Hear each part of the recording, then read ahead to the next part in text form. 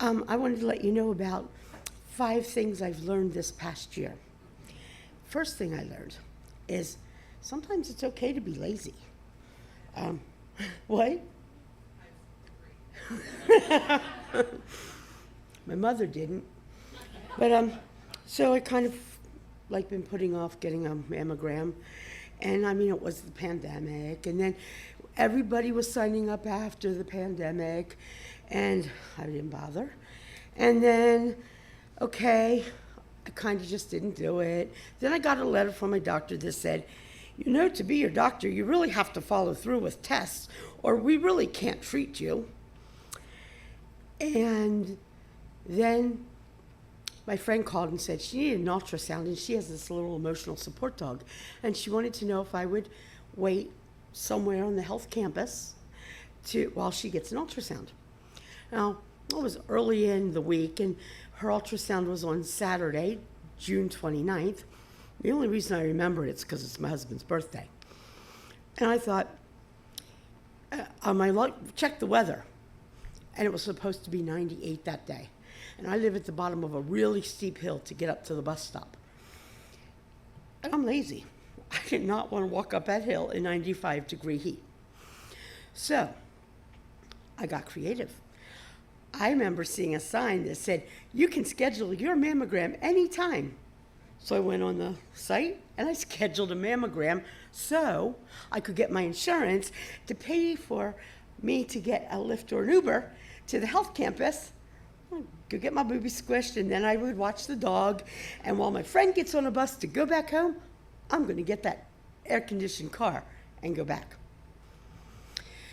And that mammogram showed this cute little lymph node that was all big and kind of like a ghost. And it then taught me about humility because it was positive. I had breast cancer. Not only did I have one cancer, but overachiever Beth here had 2. One was estrogen driven and one was triple negative, which turns out to be the hard one. So I have to say, first thing I learned was humility.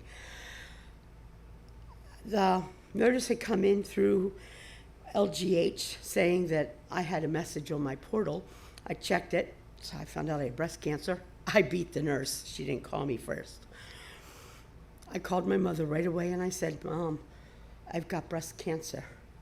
And my 83-year-old mother said, just listen to your doctors. And that's when Beth learned that sometimes you just have to listen and not worry about the big picture, but look at just live for the small moments. Just keep going ahead. It's okay. You don't have to know the whole big picture. Just keep doing what your doctors tell you to do. That was hard. And then after that, I also had to learn, okay, I was raised with the value that you help whenever you can. So let's say you know of a child whose parents don't have a lot of money. Well, those are the kids that you're going to go buy maybe some school supplies and give it to the parents so the parent can pass it to their child. Or maybe, just put a bag of Easter candy on their porch, the day before Easter. Little things like that. But all of a sudden, I was the one that needed help. I needed help in transportation. I needed help sometimes just getting my hair cut off. And that was hard. I asked my daughter, could you shave my hair? Because my hair was falling out everywhere. And it was pretty bad.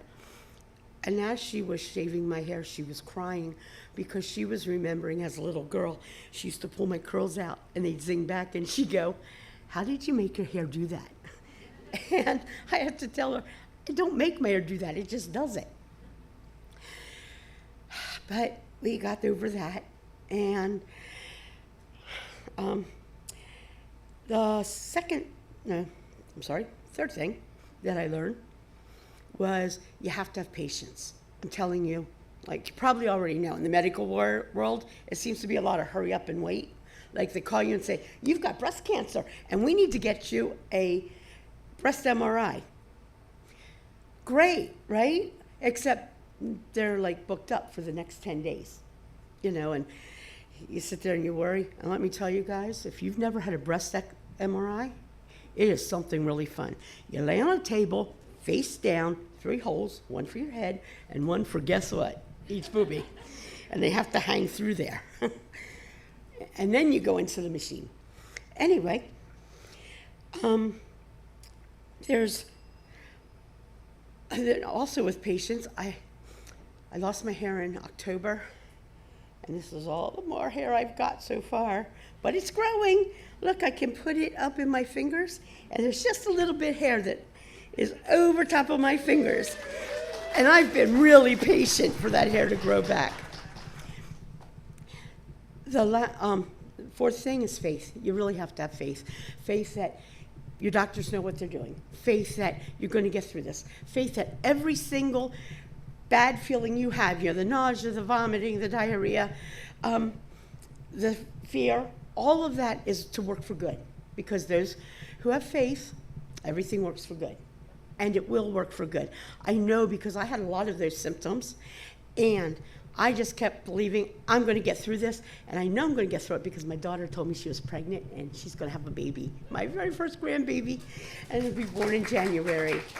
But the last thing, and the most important thing that I learned, get your boobies checked. I'm telling you, mine tried to kill me. Think about it.